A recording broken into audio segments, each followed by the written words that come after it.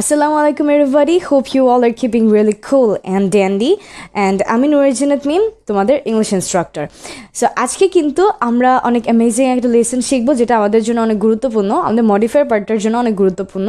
তো তার আগে কিছু সেন্টেন্স আছে আমাদের বোর্ডে, সেই সেন্টেন্সগুলো আমরা একটু দেখে নিই। সো প্রথমে যে সেন্টেন্সটা আছে সেটা হচ্ছে she is a good girl, এবং এটাকে আমি পরবর্তীতে বললাম she is a very good girl.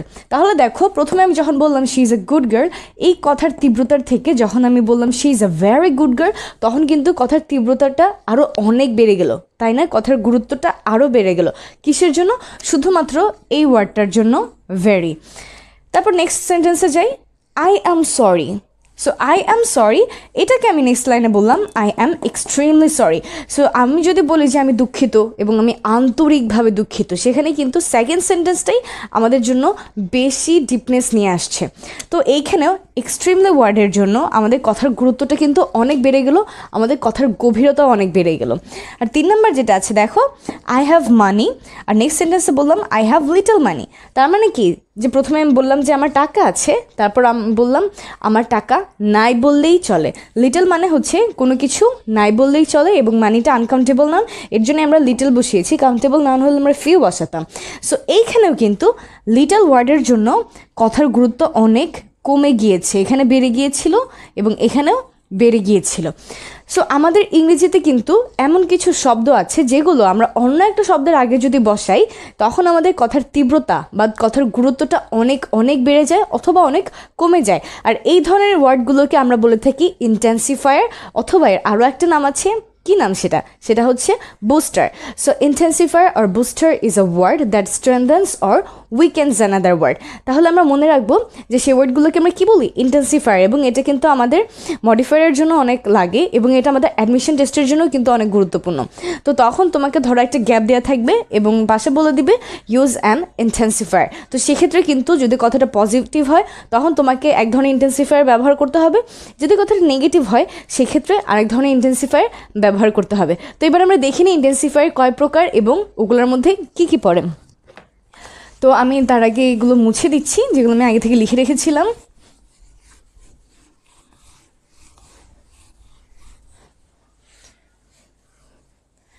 Well, so আমাদের ইন্টেন্সিফায়ার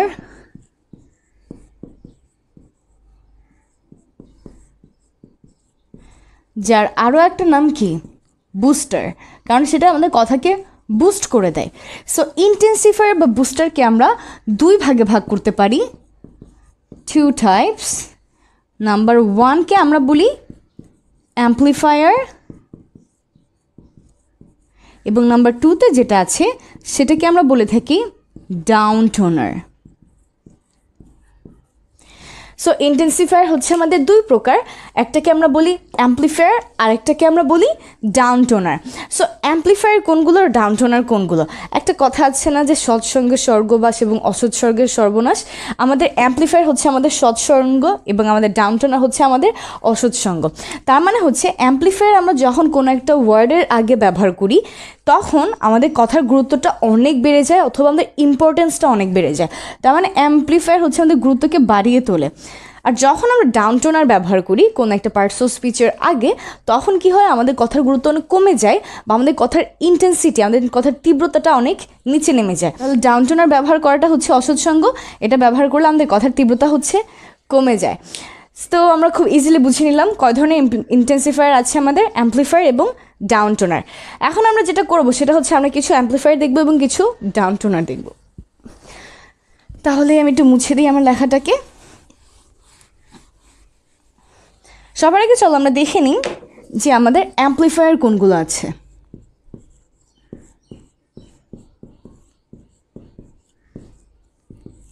অ্যাম্প্লিফায়ার মধ্যে আমাদের আছে very,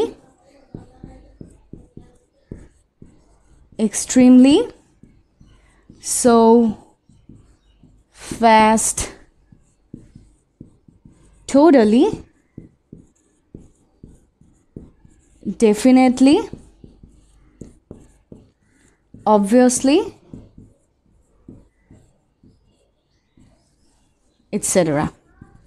এগুলো হচ্ছে আমাদের কিছু অ্যাম্পলিফায়ার। তার মানে কোনো কথার আগে যদি আমরা very, extremely, so, fast, totally, definitely, obviously এগুলো বসাই, তখন কি হয়, আমাদের কথার গুরুত্বটা অনেক বেড়ে যায়। আর কিছু ডাউন টোনার দেখে নিই চলো। সো ডাউন টোনার মধ্যে আছে আমাদের যেসব নেগেটিভ ওয়ার্ড আছে সেগুলো, যেমন rarely, barely, scarcely, seldom, few, little, etc. So এইগুলো হচ্ছে আমাদের জন্য ডাউন টোনার। তাহলে ওভারঅল সবগুলোই হচ্ছে আমাদের জন্য ইন্টেন্সিফায়ার। এগুলো আমরা কোনো একটা ওয়ার্ডের আগে বসিয়ে কথার তীব্রতাকে অনেক বাড়িয়ে দিই অথবা অনেক কমিয়ে দিই। আর এগুলো হচ্ছে ডেফিনেটলি আমাদের জন্য কিছু অ্যাম্পলিফায়ার, এগুলো হচ্ছে আমাদের জন্য কিছু down toner. And in details এই টপিকগুলো কিন্তু আমরা আমাদের লাইভ ক্লাসে দেখে নিব। সো ক্লাসগুলো কিন্তু একদমই মিস করা যাবে না। এখন আমরা যা যা শিখলাম সেগুলো আমরা সবাই খাতায় নোট ডাউন করে রাখি। এগুলো কিন্তু শুধুমাত্র যে আমাদের গ্রামারের জন্য ইম্পর্টেন্ট তা না, আমাদের স্পোকেন পার্টের জন্য অনেক কিন্তু ইম্পর্টেন্ট। কারণ যখন আমরা এগুলোকে ব্যবহার করি আমাদের কথার মাঝে, তখন কিন্তু এরকমই এই ওয়ার্ডগুলোর জন্য আমাদের কিছু কথার গুরুত্ব অনেক বেড়ে যায়, কিছু কথার গুরুত্ব অনেক কমে যায়। সো দেখা হবে আপনাদের সবার সাথে পরবর্তী লেসনে। কিন্তু তার আগে লেসনটা অবশ্যই শেয়ার করতে ভুলবেন না। আপনি যদি এই চ্যানেলে নতুন হয়ে থাকেন তাহলে চ্যানেলটি সাবস্ক্রাইব করে রাখুন এবং বেল আইকনও প্রেস করে রাখুন, যাতে করে পরবর্তীতে একটা লেসনও আপনার মিস না হয়ে যায়।